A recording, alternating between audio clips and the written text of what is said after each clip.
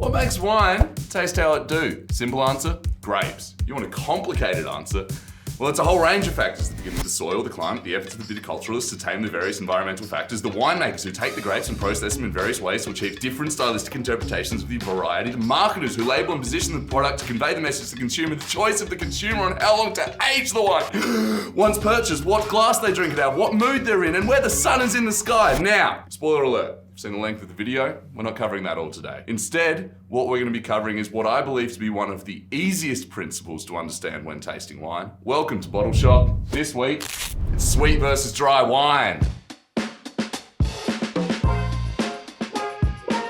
First thing I notice when I have a sip of a new wine isn't flavor, it's feel. A crisp, bright Clare Valley Riesling will pucker your jaw, send a lightning bolt of acid down your tongue, and fill your mouth with saliva. Whereas an aged Shiraz that has spent its adolescence hibernating in oak might be more akin to when you crack a peppercorn between your teeth, leaving you with a dried out mouth, begging for another bite of medium rare steak. Often, these first impressions are heavily influenced by a wine's sweetness level. Sweetness, along with tannin, body, acidity, and alcohol, is one of the 5 horsemen of the apocalypse that shape how a wine presents itself in your mouth. But before we get into the weeds on how these horsemen interact, let's get some terms nailed down first. People always ask, what do you mean this liquid is dry? And to that, I say, bruh, is water even wet? But for now, just know that dry means no sugar. Alright, it's the absence of sugar, and you don't need a sommelier to tell you that that will mean it tastes less sweet. So if dry is no sugar, sweet equals sugar. Wow. Next, let's talk about residual sugar, a term that will pop up all over the place once you're starting to chatting to nerds like Brendo about wine. Wine is grape juice. Grapes have naturally occurring sugars, namely fructose and glucose. Now, without sugar, you'll have no shot at kicking off fermentation, which takes your nephew's juice box into an adults-only drink. It puts booze in it. Fermentation is the process whereby yeast soldiers eat sugar and fart out booze and CO2, all right? Sugar eaten by yeast farts out booze and CO2. Now, if the winemaker takes their hand off the wheel and allows the ravaging army of yeast molecules to devour every single ounce of sugar, well, congratulations. You got yourself a dry wine there, partner. However, say the winemaker decides to call the troops off early before all of the sugar has been eaten by all of the yeast and turned into alcohol and CO2. They might chill the unfermented grape juice or add sulfur dioxide, which stops the troops in their tracks. You end up with residual sugar, sugar that hasn't been eaten by all the yeast. Sorry, future Henry here. Fortification is another method to cut a fermentation short. Basically, you add a spirit like brandy to kill the yeast and the booze, boost the booze content, blah, blah, blah, blah, blah. You do that if you want to make port. But I think fortifiers are a topic for another day. Anyway, back to whatever this nerd was saying. And how much residual sugar a wine has will determine how sweet it tastes. Starting out, bone dry. That is less than 1 gram of sugar per litre. There is no perceptible sweetness, very crisp, less than 0.1% of the wine is sugar. Then you got dry. This is 1 to 10 grams of residual sugar per litre. Little to no perceptible sweetness. It's a dry style of wine. Next up, you got off dry. That is 10 to 35 grams of sugar per litre. Little bit of sweetness, but not overwhelmingly sweet.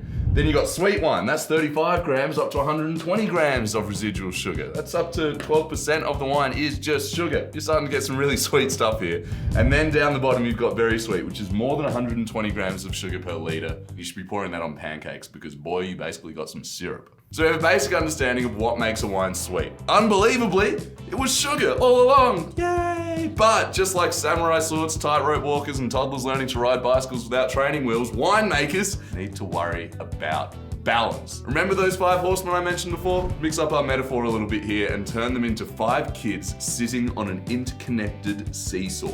The winemaker's job is to ideally ensure that none of these kids become Augustus Gloop and launch one of their compatriots off the playground, also known as your palate. So let's briefly talk about how they interact. Kid number 1. He's wearing a rock t-shirt from the 90s, he's charming as heck, but my God, can they be cutting when they want to? Let's call them acid. Acid is sitting directly opposite sugar on this pentagram-esque flavor seesaw and is perhaps the most significant counter to sweetness. Acid is that bright, zesty element that makes your mouth water and directly counteracts sweetness, preventing a wine from feeling overly sugary. A great example of this comes in German Rieslings. These grapes are grown in typically cool climates that take longer for the sugar levels to increase, while the fruit retains high amounts of acid.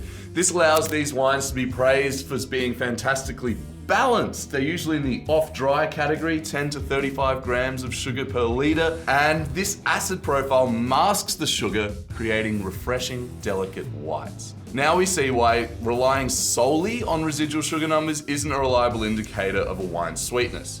A wine with 10 grams of sugar per litre that is very high in acid may very well taste drier than a low acid wine that only has 5 grams of sugar per litre. Next kid.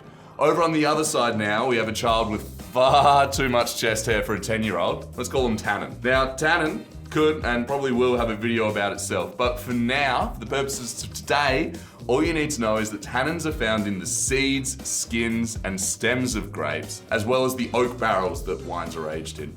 Generally speaking, tannins are associated with reds. Now, tannins are responsible for making up a large component of the structure of the wine and gives the drinker a sensation that feels like their mouth is being dried out, leaving you smacking your lips for more.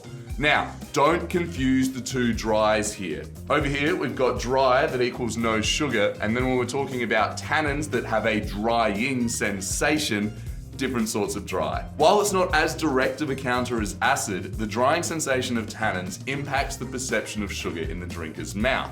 A wine can be high in tannin and still have residual sugar.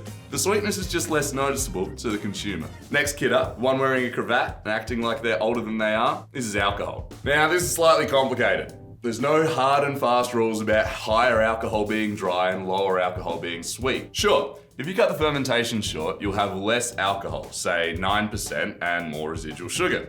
However, if you let those same grapes ferment to the point of being dry, get up to say 12% alcohol, they would have less sugar and therefore less sweetness. We'll continue this hypothetical examination a little bit. Let's say you have a third set of grapes from a different region that ripen later in vintage and have higher levels of naturally occurring sugars at the point of harvest. More sugar means that there is therefore a higher potential alcohol level.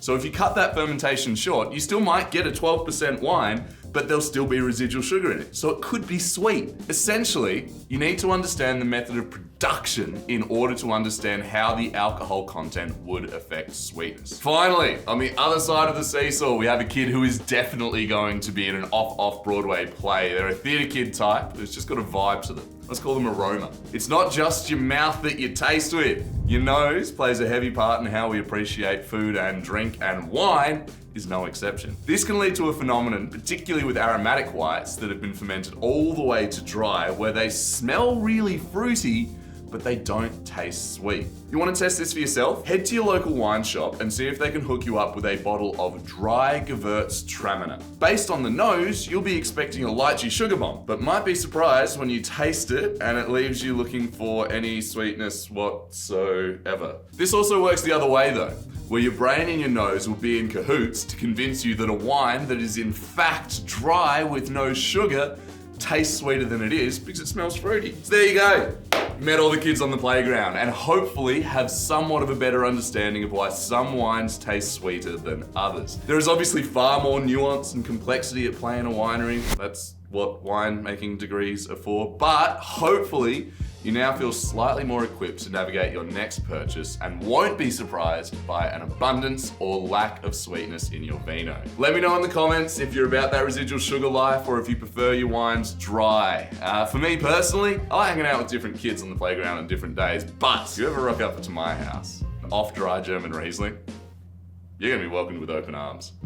Thank you so much for tuning in. Subscribe if you like content like this.